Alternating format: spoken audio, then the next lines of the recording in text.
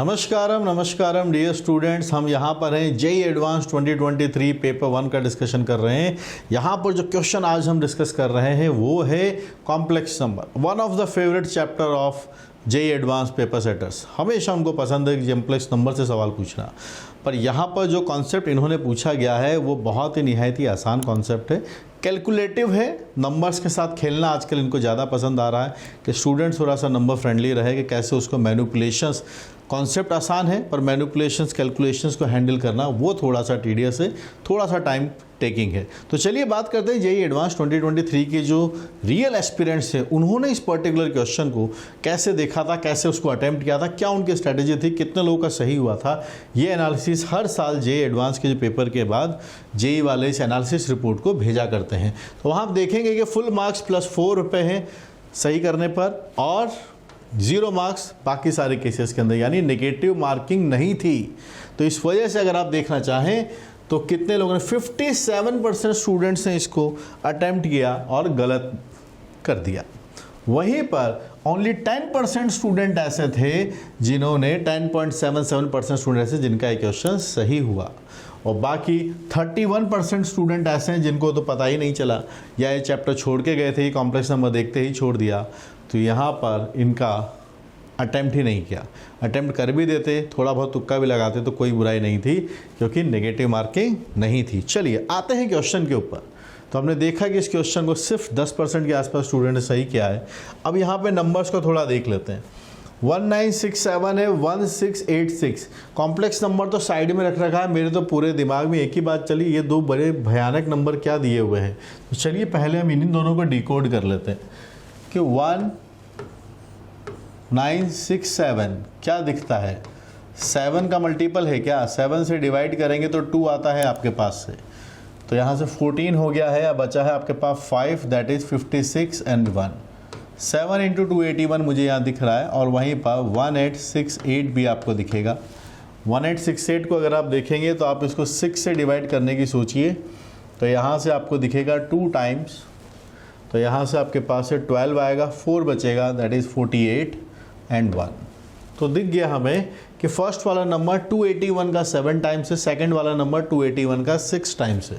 तो ये जो नंबर हमारे पास लिखा हुआ है इसको थोड़ा सा सिंप्लीफाई करने की कोशिश कर सकते हैं। पूछा क्या है आगे वो भी डिस्कस कर लेते हैं। थीटा रियल नंबर है, A contains exactly 1 positive integer n, तो फिर n क्या होगा, इस सेट के अंदर सिर्फ एक नंबर आएगा, वो भी एक पॉजिटिव इंटीजर है। इसका मतलब ये जो नंबर है अगर ये इंटीजर ही लेता है तो इसका पहली बात तो ये रियल नंबर हो गया है, यानी इसका इमेजनरी पार्ट कैसा होना चाहिए, 0 आना चाहिए। तो बस यहीं से हमारा क्वेश्चन शुरू हो जाएगा। We are taking this as z, और आप देख सकते हैं कि 281 में कॉमन ले रहा हूँ, तो यहाँ से आपके पास से 7 बचेगा, और यहाँ से आपके पास है 6 आयोटा साइन थीटा। नंबर्स को थोड़ा सिंप्लीफाई किया, कॉस थीटा, और फिर हमें यहाँ पर जब भी कॉम्प्लेक्स नंबर किसी एक्सप्रेशन के डिनोमिनेटर में लिखा हुआ है तो सिंप्लीफिकेशन के लिए हम उसके हमेशा कॉन्जुगेट की हेल्प लेते हैं। और इसका कॉन्जुगेट क्या बनेगा, अगर आप ये ध्यान से देखते हैं इसको, तो 7 - 3 आयोटा कॉस थीटा है, तो ये बन जाएगा 7 + 3 आयोटा कॉस थीटा। कॉन्जुगेट के लिए हमेशा आयोटा को माइनस आयोटा से रिप्लेस कर दिया जाता है। ये डेटा हमने बनाया। यहाँ पर z है, यहाँ से डेटा आता है 281, यहाँ वाला बना लीजिएगा a + b a - b, we are getting this है 49 - 9 बन जाएगा, आयोटा स्क्वायर रहेगा, और आपके पास रहेगा cos स्क्वायर थीटा। ठीक है, ये डेटा भी हमारे पास बना। तो 49 - 9 है, minus iota square cos square theta. अब ऊपर वालों को मल्टीप्लीकेशन करते हैं, 7 and 7 we are having 49, iota वाली टर्म्स को मल्टीप्लाई कर दीजिए, 3 and this will become 18 sine theta cos theta. ठीक है, तो ये हो गया रियल पार्ट। अब इमेजनरी पार्ट के लिए आयोटा वाली टर्म और साथ में लिख लेते हैं कि आयोटा वाली कौन सी टर्म अपने पास बन रही है। तो देखिएगा ये आयोटा वाला यहाँ आएगा आपके पास 6 and 4, this will become 42 sine theta, and ये आयोटा वाला 7 से मल्टीप्लाई होगा, 7 × 3 = 21, इट इज़ 21 cos थीटा। ठीक है, और क्योंकि ये बोला गया है कि सेट के अंदर सिर्फ एक इंटीजर रहेगा वो भी पॉजिटिव इंटीजर रहेगा, यानी इसका इमेजिनरी पार्ट 0 होना चाहिए। तो बस यहीं से कहानी शुरू होगी कि हम इसका इमेजिनरी पार्ट 0 कर देंगे। So we are making the imaginary part as 0। Imaginary part कौन सा होता है? The term which is associated with iota. तो आयोटा के साथ वाली टर्म ये रही, इसको 0 कर देंगे। तो आपके पास से 42 sine theta plus 21 cos theta divided by 49 plus 9 cos square theta, we are making this as 0। तो आपको दिख रहा है कि 42 साइन थीटा की वैल्यू आती है -21 कॉस थीटा। तो यहाँ से आपके पास से tan थीटा का डेटा आ गया है कितना? -12। tan थीटा की वैल्यू आ गई -12। अभी हमें रियल नंबर पार्ट भी निकालना है, रियल पार्ट भी निकालना है। tan थीटा -12 आया है, यानी थीटा या तो सेकंड क्वाड्रेंट में या फोर्थ क्वाड्रेंट में। दोनों ही केसेस में अगर हम देखें, फर्स्ट केस के अंदर कि साइन थीटा को अगर आप सेकंड क्वाड्रेंट में लेंगे तो साइन थीटा पॉजिटिव होगा, इट इज़ 1/√5, और उस केस में कॉस थीटा नेगेटिव आएगा विच इज़ -2/√5। और दूसरी पॉसिबिलिटी एक और है कि साइन थीटा अगर फोर्थ क्वाड्रेंट में चले गए तो -1/√5 रहेगा, लेकिन वहाँ कॉस थीटा जो रहेगा वो पॉजिटिव रहेगा विच इज़ 2/√5। और यहाँ पर हमारे पास जब हम रियल पार्ट की बात करेंगे, यहाँ तो स्क्वायर है तो कोई फ़र्क नहीं पड़ेगा, और यहाँ साइन थीटा और कॉस थीटा दोनों का प्रोडक्ट है, तो दोनों के साइन अपोजिट है, प्रोडक्ट करेंगे तो हमें अलग अलग केस कंसीडर करने की ज़रूरत नहीं पड़ेगी। फर्स्ट वाला हो या सेकंड वाला हो, प्रोडक्ट जो बनेगा वो नेगेटिव ही बनने वाला है।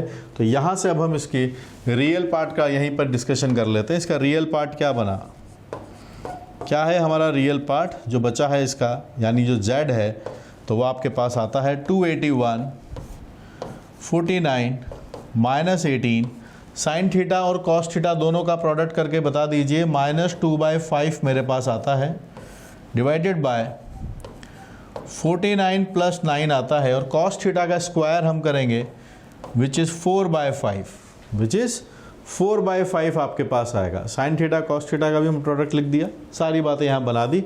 अब जो एलसीएम वाली बात है वो हम यहाँ पर बनाकर डिकोड करके देख लेते हैं कि कितना बनने वाला है। तो आप देख सकते हैं this is written as 281, this is 49, ये बन गया है प्लस विच इज़ 36/5, और डिनोमिनेटर में भी वही टर्म आ रही है 49 प्लस 36/5। तो final answer is coming as 281। बाकी सब कैंसिल हो गए, यही हमारा रियल पार्ट है, यही z है, तो इसके अंदर सिर्फ एक ही नंबर आने वाला है, that is 281। So the value of n जो हमसे पूछी जा रही है that is 281 is the answer. Question wise अगर हम देखें, अगर हमने पहली वाले स्टेप को थोड़ा सा सिंप्लीफाई नहीं किया होगा तो थोड़ा सा ये फिर कैलकुलेटिव जाएगा, बार बार मल्टीप्लाई करने वगैरह, बाकी आंसर तो आ ही जाएगा। टाइम एक इम्पॉर्टेंट की होता है एग्जामिनेशन के अंदर। जैसा आपने देखा कि 10% स्टूडेंट्स का ये हुआ हो सकता है जिन्होंने सही किया हो उन्होंने हो सकता है कि 2 सवाल का टाइम इसको दे दिया हो, क्योंकि कॉन्सेप्ट आसान था, तो स्टूडेंट को पता है कि मार्क्स तो इसके अंदर आएंगे चाहे टाइम थोड़ा ज़्यादा लग जाए, ठीक है, क्योंकि बस रियल पार्ट ही निकालना है, इमेजिनरी पार्ट 0 करना है, ठीक है। तो जो स्ट्रॉन्ग बना के रखिए किस चीज़ को, कैलकुलेशन को, क्योंकि अगर कॉन्सेप्ट आसान आ गया है तो कैलकुलेशन अगर हमारी स्ट्रॉन्ग है तो we will be able to score good marks. Okay guys, तो यहाँ पर पहले से डिकोड कर लिया, नहीं भी कर पाते हो तो फिर आपको कॉन्जुगेट जो गंदा सा आएगा वो मल्टीप्लाई करने में दिक्कत आएगी, तो टाइम लग जाएगा, है ना।